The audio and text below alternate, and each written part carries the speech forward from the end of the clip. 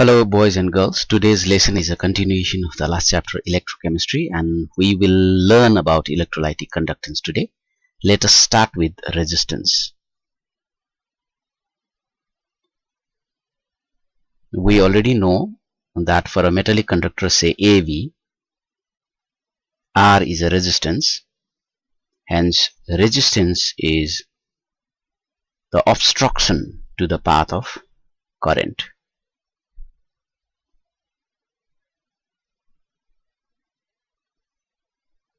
Resistance is denoted by capital letter R and its unit is ohm, OHM. We all know that resistance is directly proportional to the length of the conductor and inversely proportional to the area of cross section. So it becomes R is proportional to L by A, R equal to rho L by A, where rho is a constant called specific resistance or resistivity. Now from the concept of resistance, we can draw an idea about conductance, because conductance is the reciprocal of resistance, and since the unit of R was ohm, the unit of resistance will be ohm inverse or mho, MHO, or Siemens. In most of the books you will see Siemens denoted by capital letter S. Please keep in mind that rho, which is a constant in the equation, is also called resistivity or specific resistance. We had this equation R equal to rho L by A, so therefore rho equal to RA by L.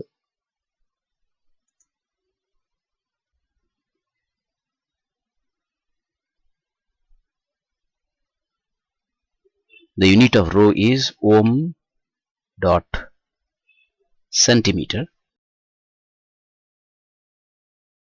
We can assume one conducting cell where two electrodes have been kept L centimeter apart and each electrode is of area cross section A. This is conductivity cell. Now in this cell constant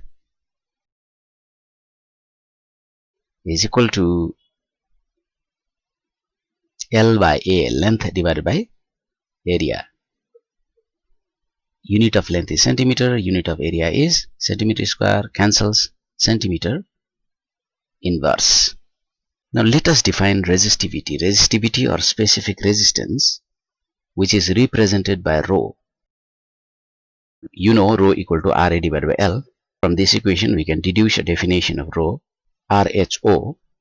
If in the conductivity cell L equal to 1 centimeter and A equal to 1 centimeter square, it means length equal to 1 centimeter and area of cross section equal to 1 centimeter square, which means volume is 1 cubic centimeter or 1 cc, which is equivalent to 1 ml. So then rho equal to resistance. Resistivity is equal to resistance.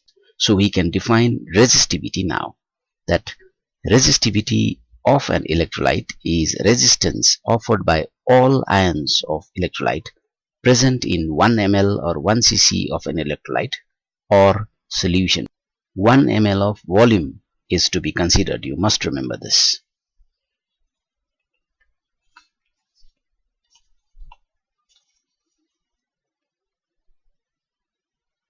One ml of solution gives that resistance which is equal to specific resistance. Now in that light we can define conductivity or specific conductance. Earlier it was resistivity or specific resistance. Now it is conductivity or specific conductance. And conductivity is denoted by a letter kappa.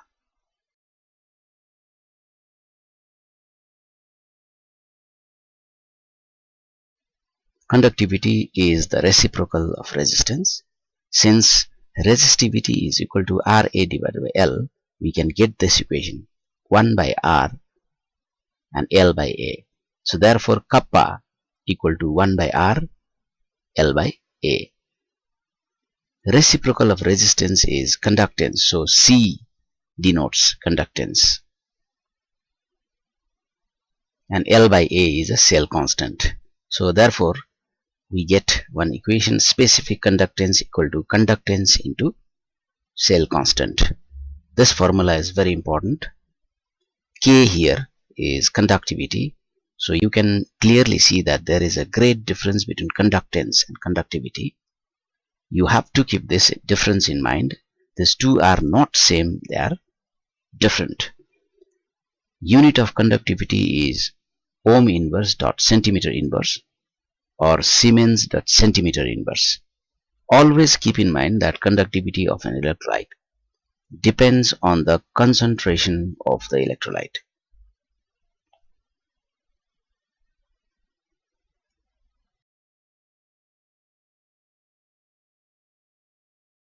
Now, there is a very important term called molar conductivity and is represented by lambda m. This is a capital lambda, can be defined as conductance due to all ions of that volume of electrolyte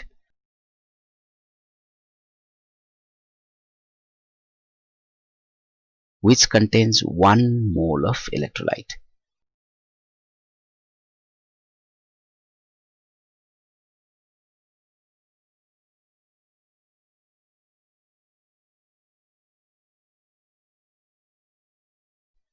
Lambda m or molar conductivity is equal to kappa into volume.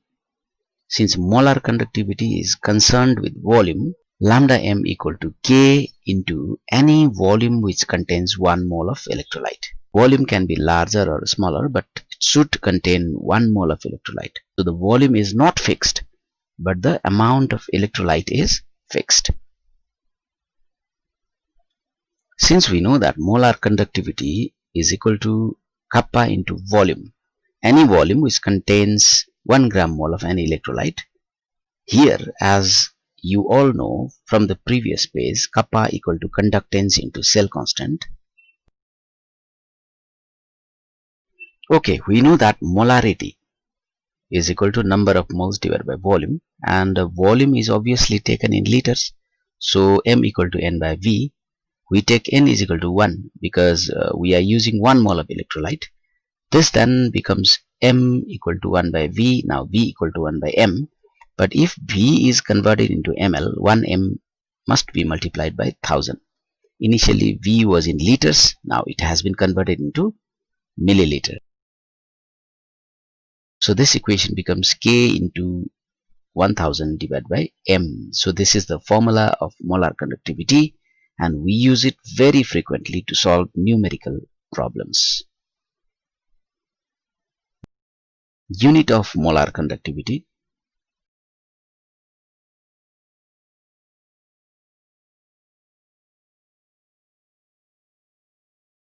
Molar conductivity is equal to K into 1000 divided by m. So K is Siemens dot centimeter inverse divided by molarity, moles divided by centimeter cube, cubic centimeter. So if you arrange it, then it becomes Siemens dot centimeter to the power minus 2 dot mole inverse. Now there is another term called equivalent conductance. So it is very similar to molar conductivity.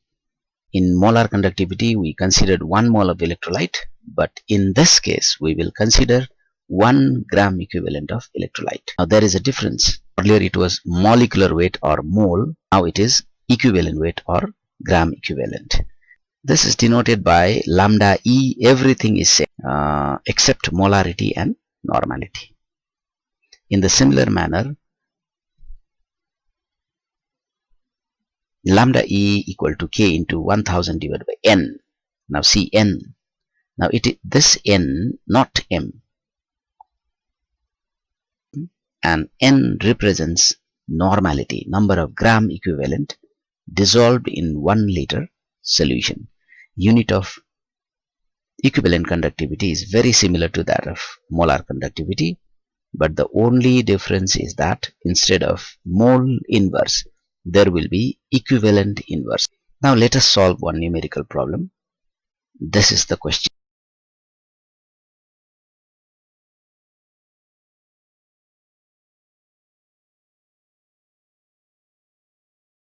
Resistance of conductivity cell filled with 0.1 molar KCl solution is 80 ohm. The conductivity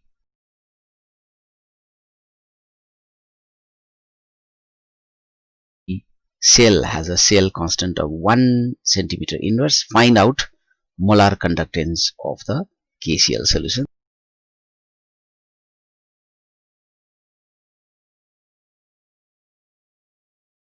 This question appeared in 2016 higher secondary examination. Molarity is equal to 0.1 mole. It has been given here.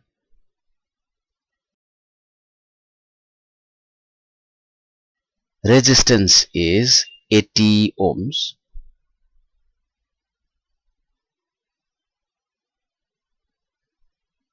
Cell constant, which is L by A, or length divided by area, is equal to 1.0 centimeter inverse.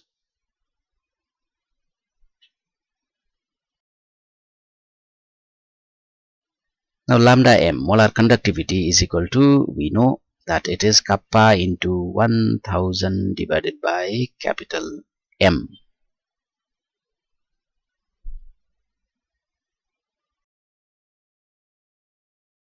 Kappa equal to conductance into cell constant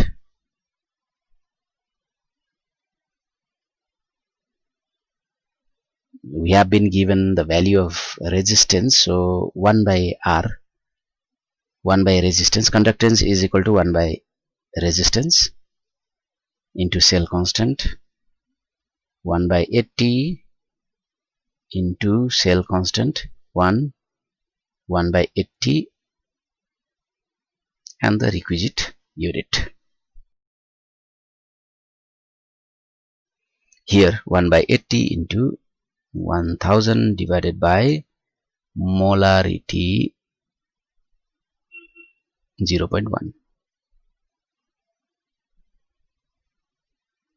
0 0 cancel. 100 divided by 8 into 1 by 0.1. 1000 divided by 8 equal to, it's equal to 125 Siemens dot centimeter square dot mole inverse. This will be your answer. Another question. In a conductivity cell, the distance between the two platinum electrodes is 2 centimeter, and each electrode has cross-sectional area of 4 centimeter square. When the cell is filled with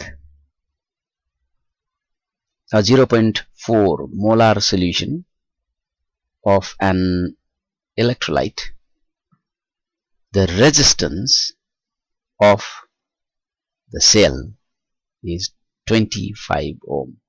Calculate molar conductivity of the solution. This was in 2018. Now length L equal to 2 centimeter and the area equal to 4 centimeter square. Therefore cell constant can be calculated from this. L by A, 2 divided by 4 centimeter divided by centimeter square. 1 by 2 equal to 0.5 centimeter inverse.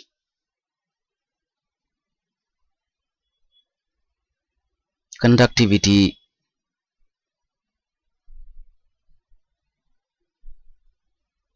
equal to cell constant into conductance. We have L by A into conductance is C. So L by A is a cell constant into conductance equal to 1 by R, reciprocal of resistance, 0.5 into 25 ohm resistance,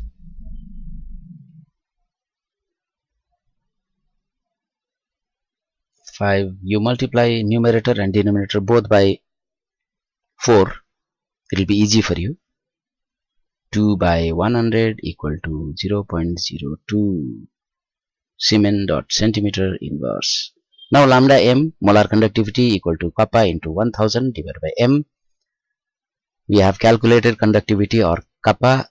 You can put that value here, 0.02 into 1000. Molar conductivity is 0.4. So 2 into 1000 divided by 40. 20, 0 cancel, so it's almost 50. If there is any problem with calculation, you can rectify that. Siemens dot centimeter square dot mole inverse. This will be your answer.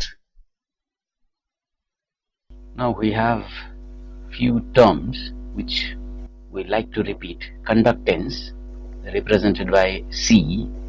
Conductivity, denoted by letter kappa. There was molar conductivity, a term represented by capital lambda m, and equivalent conductivity lambda e.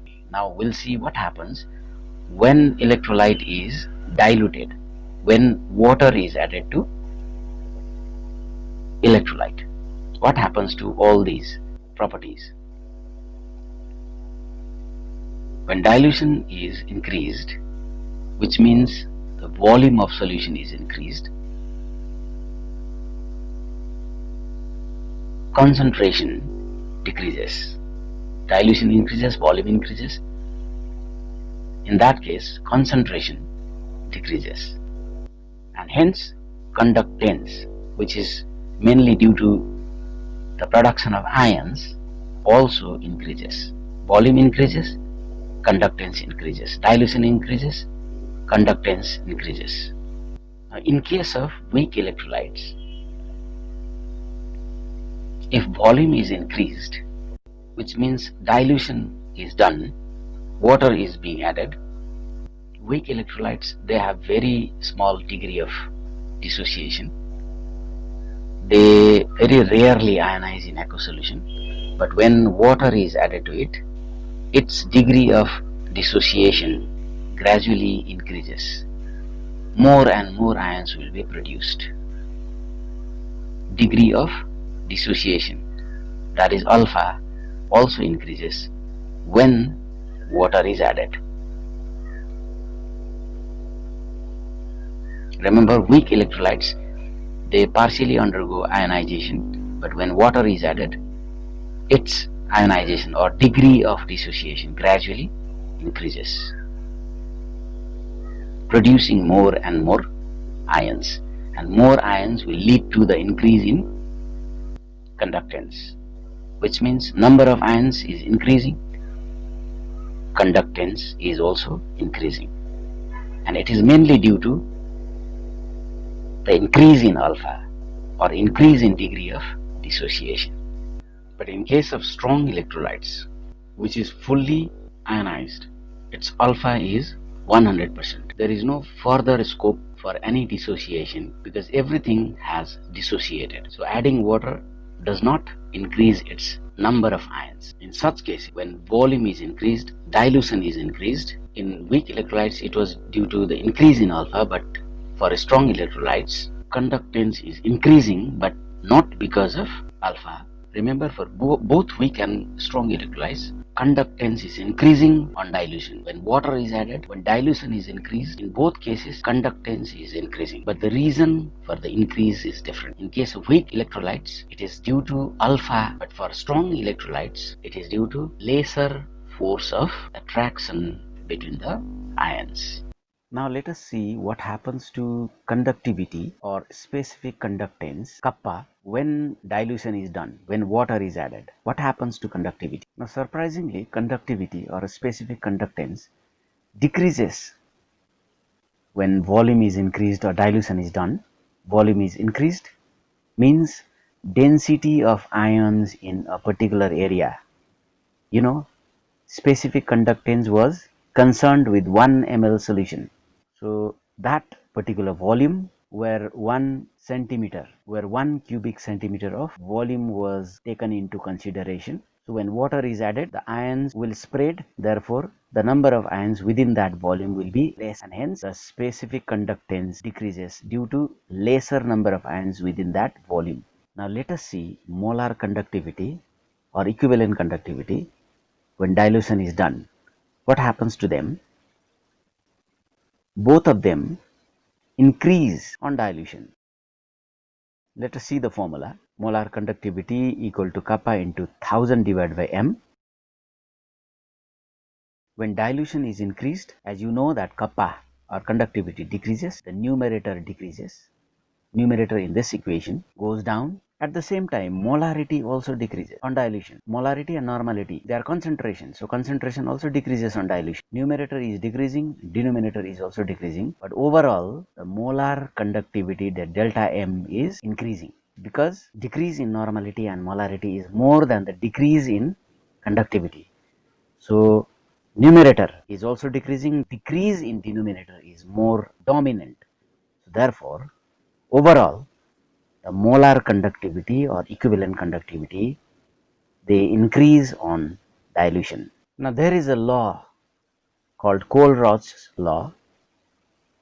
Actually its full name is Cholera's law of independent migration of ions. We'll try to understand this law now. One more thing, that Cholera's law acts at infinite dilution. There is a new term introduced here. Infinite dilution means you have added enough water, tremendous amount of water, maximum number of ions have been produced. It states that the molar conductivity at infinite dilution for any electrolyte is equal to the sum of molar conductivities of its ionizable ions, with each ion multiplied by the number of ions. Now what is this? Let us try to understand this. Now molar conductivity at infinite dilution of any electrolyte is the sum of molar conductivity at infinite dilution of cation and molar conductivity at infinite dilution of anion. You can clearly see that for electrolyte, capital lambda has been used, and for cations and anions, small lambda has been used. Infinity, the sign infinity is indicating that everything we have been dealing here is at infinite dilution. Molar conductivity at infinite dilution of, let us say, NaCl will be equal to the sum of molar conductivity at infinite dilution of Na plus plus, it's very simple, molar conductivity at infinite dilution of Cl minus. So the molar conductivity at infinite dilution of electrolyte is the sum of the molar conductivities of ions at infinite dilution. Now for NaCl, NaCl ionizes as Na plus and Cl minus. There is coefficient 1, there is coefficient 1, so there is 1 and 1. But what happens if this is not 1? Like in Al2SO4 whole 3, aluminum sulfate, this ionizes as A2Al plus plus plus plus 3SO4 minus minus. Now there is coefficient 2 and 3. For such a compound, molar conductivity at infinite dilution of electrolytes will be equal to molar conductivity at infinite dilution of cation as usual,